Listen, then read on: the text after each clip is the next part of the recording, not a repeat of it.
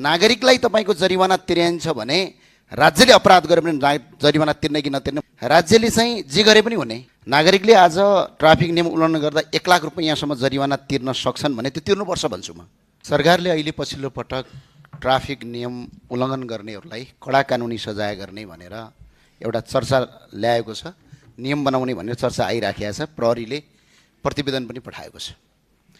म एउटा सरकारलाई अहिले यो हामीले विरोध गरेको होइन, नियम पालना गर्नुपर्छ, कारबाही हुनुपर्छ, त्यसमा हामी सबै तयार छौँ र जनता तयार पनि हुनुपर्छ।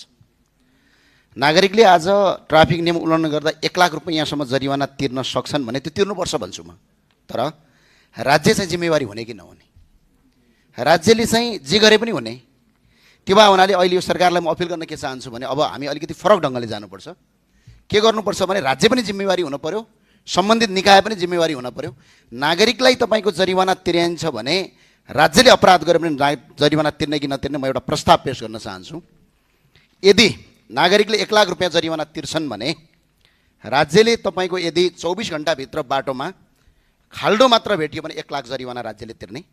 ट्राफिक बत्ती बिग्रेको अवस्था बनाएन भने 1 लाख तिर्ने। ट्राफिक प्रहरीले रुखो व्यवहार गरेमा 50,000 तिर्ने। राति सडकमा बत्ती बिग्रिएमा 50,000 तिर्ने। ट्रायल पास भएको 7 दिनभित्र लाइसेन्स आएन भने 50,000 तिर्ने। र तपाईको यदि कुनै पनि नागरिकलाई सडकमा खाल्डो भएर सडकको अवस्था बिग्रिएर सवारी दुर्घटना भयो भने सम्बन्धित निकाय र ठेकेदार कम्पनीलाई ज्यान मान्ने उद्योगमा मुद्दा चलाउने कानुन ल्याउनका लागि कानुन मन्त्रीज्यूलाई म संसदमा